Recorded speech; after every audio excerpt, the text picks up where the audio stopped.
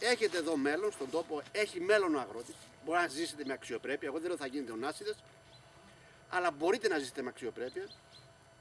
Μόνο που αυτό το μέλλον περνάει από τη γνώση. Να ξέρετε πως ο αγρότης έχει δικαίωμα το χειμώνα να κάνει διακοπές, 2 μήνες. Δεν θα πρέπει να πηγαίνει με εκεί τις θερμοκρασίες να κλαδεύει. Εσάς πλέον σας έγινε συνήθεια. Πώς μπορεί να συμβεί αυτό? Στα νέα αυτά σχήματα το πρώτο κλάδεμα, το 80% γίνεται Νοέμβριο μέχρι τις 10 Δεκεμβρίου. Όταν και οι μέρες είναι καλύτερες και είναι και μεγαλύτερες. Πώς γίνεται? Έτσι τελείωσα ένα 80% και έρχομαι μετά και επιλέγω κλαδιά τα οποία θα πρέπει να τα διαμορφώσω εγώ από μικρά και να έχουν, να είναι μία ευθεία. Μία ευθεία. Γιατί? Γιατί τα θρεπτικά στοιχεία, εάν θεωρήσουμε ότι αυτό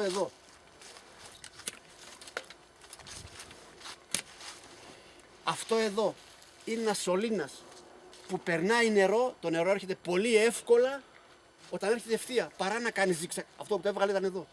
Παρά να έρθει εδώ και να πάει εδώ. Έτσι είναι και τα θρεπτικά στοιχεία.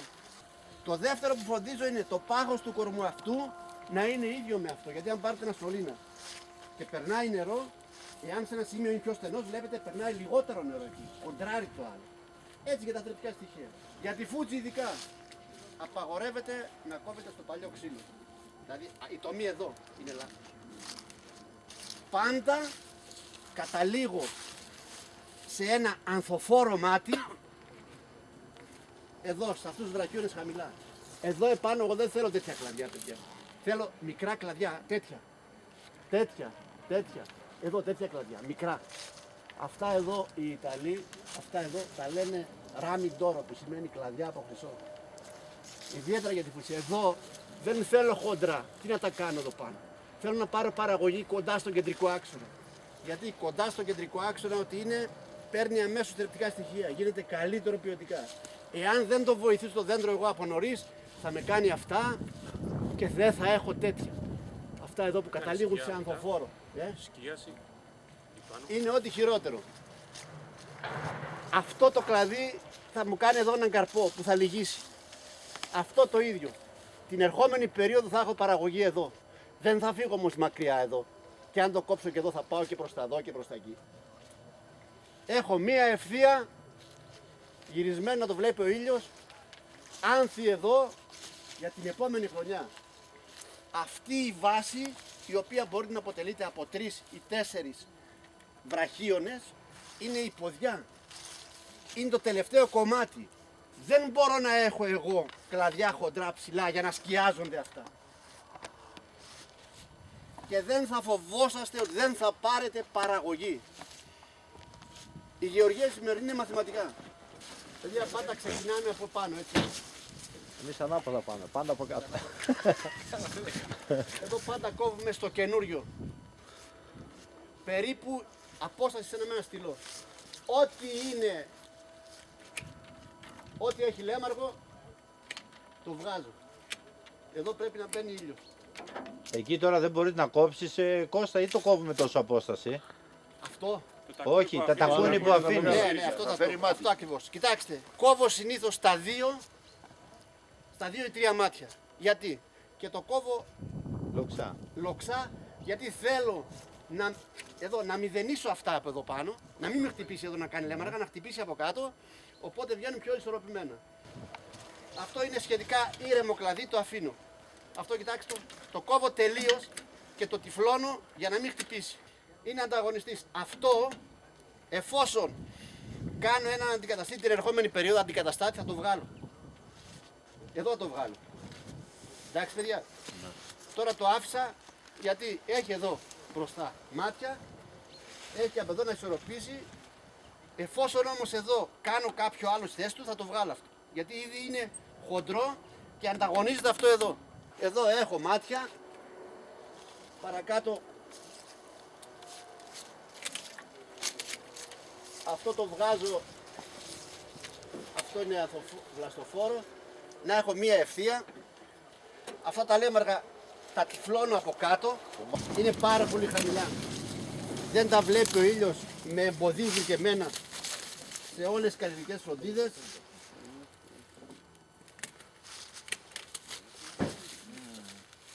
Και έχω μια διαμόρφωση έτσι περίπου. Δεν χρειάζεται να δένετε. Δεν χρειάζεται να δένετε, παιδιά. Αν από την αρχή τα κάνετε σωστά, τα κλαδιά όλα θα έχουν ανθοφόρο μάτι. Αυτά εδώ πάνω θα λυγίσουν από μόνα τους. Δεν χρειάζεται να ταλαιπωρήσετε. Κοιτάξτε, αυτό έμεινε καχεκτικό, το βλέπετε. Και είναι και ένα πρόβλημα που το λέτε εσείς πολλές φορές. Δεν μεγαλώνουν. Έτσι δεν είναι, Κώστα? Έτσι. Σε ένα τέτοιο δέντρο δεν χρειάζομαι κανέναν ανταγωνιστή. Από αυτό το δέντρο εγώ πόσα μήλα να πάρω. Αυτά που έχει είναι πάρα πολλά. Βγάζω μερικά. Εδώ στην κορυφή φροντίζω να μην κάνει παραγωγή ούτε άνθη. Και την τζιμπάω λίγο επάνω οπωσδήποτε για να ενεργοποιηθούν οι ορμόνες που θα δώσουν όθηση προς τα πάνω.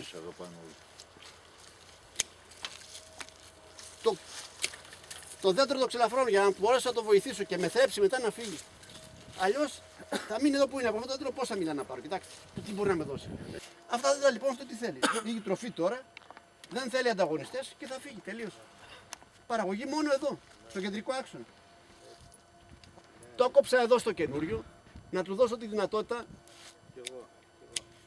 να φύγει προς τα πάνω, να το τραβήξει, να δυναμώσει το δέντρο. Και να το δείτε στο τέλος με τη θρέψη που θα το κάνει, ότι το δέντρο αυτό το χρόνο θα είναι αγνώριστο.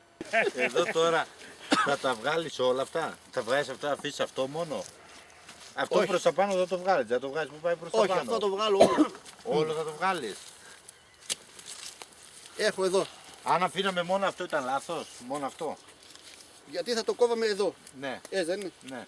Το παλιό. Στο παλιό. Αυτό εδώ πάνω ξέρεις τι λέμαργα θα έκαμε. Τα έκανε λέμε. Ένα σώρο λέμαργα. Μάλιστα. Πέστε μου κάτι άλλο που θέλετε να με ρωτήσετε. Δηλαδή, ό,τι χοντρό το κόβουμε. Ό,τι ανταγωνιστή υπάρχει το κόβεις. Ιδιαίτερα στα νέα δέντρα που βάλετε για να τα διαμορφώσετε σωστά, παιδιά. Αυτό είναι καρποφόρο. Θα λυγίσει με έναν καρπό εδώ, τελείωσε. Δηλαδή, προβλέπουμε για Και τον αυτό. χρόνο προβλέπουμε. Βέβαια, ρε. Να σου πω, κοίτα, όλα αυτά εδώ κάνοντας έναν καρπό θα λυγίσουν και από την επόμενη χρονιά θα έχεις παραγωγή εδώ πάνω. Να ρωτήσω κάτι. Το καρπό που θα αφήσουμε στην άκρη θα γίνει εμπορεύσιμος καρπός. Αυτός ο οποίος θα γίνει την πρώτη χρονιά θα γίνει για να μην κάθεσαι και δένεις, να σε λυγίσει και να σε κάνει εδώ. Για να κάνει τα μάτια για την Όταν επόμενη. λυγίσει επομένως, εδώ θα πάρεις παραγωγή. Εφόσον αρχίζει και αδυνατίζει αυτό γιατί παράγει 2-3, γιατί η μιλιά καρποφορεί σε μόνιμα καρποφορά όργανα, έτσι. Δεν είναι όπως την οδακινιά σε καινούργια. Κάνω το μέσα επαναφοράς. Προς τα πίσω, για να μην φεύγω προς τα μπρος. Εάν αυτό είναι λέμαργο, συνέχεια θα μεγαλώνει προς τα έξω. Πού θα πάει η παραγωγή μου εκεί κάτω. Ναι. Ενώ όταν λυγίσει εδώ θα πάρω εδώ Ναι, κάτω. όμως εκείνη τη χρονιά θα το αφήσουμε και με το καρπό. το αφήσουμε να το για να λυγίσει κάτω. δημιουργήσει τα μάτια Ναι, πίσω. εντάξει. Ναι. Κώστα, πολλά όμως που λυγίζονται έτσι, ύστερα έχουν τη τάση να πετάνε εδώ πάνω λέμαργα. Εάν το αφήσεις έτσι όπως είναι. Όχι, αν το αφήσεις αυτό δεν θα κάνει. Εάν έχει, κοίταξε, θα πετάξει λέμαργα πότε, παιδιά, πότε θα πετάξει. Εάν εγώ του δίνω άζωτο και το περσέκι θα κάνει, πετάξει λέμαργα. Θέλει, δεν θέλει. Τελικά θέλει μεγάλη τέτοια. Τι θα του δώσει. Παιδιά, η Τι φιλοσοφία ζητάει είναι το κάθε. κλάδεμα και λίπανση. Με τη λίπανση θα πρέπει να είστε πολύ προσεκτικοί. Εγώ βλέπω ότι πολλά από τα λάθη που γίνονται, άχρωμα, ιδιαίτερα άχρωμα. Με τα συλλεπτικές Ναι, ασθένειες, με αυτά τα που είπε ο συλλεπτικές Κώστας, ασθένειες που λέμε, όλα αυτά είναι θέματα. Είναι όλα θέμα θρέψης. Τη θρέψη μπορεί να κάνει την οικονομία. Εγώ δεν σας λέω ρίξτε 100 κιλά το στρέμμα, 150 που ρίχνει. Δεν θα ρίξετε. Θα βάλετε ένα λίπασμα με βάση τις αναλύσεις και οπωσδήποτε θα σας πει ο Μαρθέος πρέπει να γίνονται αναλύσεις φύλων μια περίοδο συγκεκριμένη. Για να μπορείτε να κάνετε διορθωτικές κινήσεις μέσα από διαφυλική λίπανση. Η διαφυλική λίπανση σήμερα είναι πολύ σπουδαία. Δίνει πολύ μεγάλη βοήθεια. Και αυτή είναι που βοηθάει στο να διαφοροποιηθεί ένας παραγωγός από τον άλλο σε ό,τι αφορά την ποιότητα, παιδιά. Και στον χρωματισμό και στο μέγεθος. Η διαφυλική λίπανση. Πρέπει να την προσέξετε.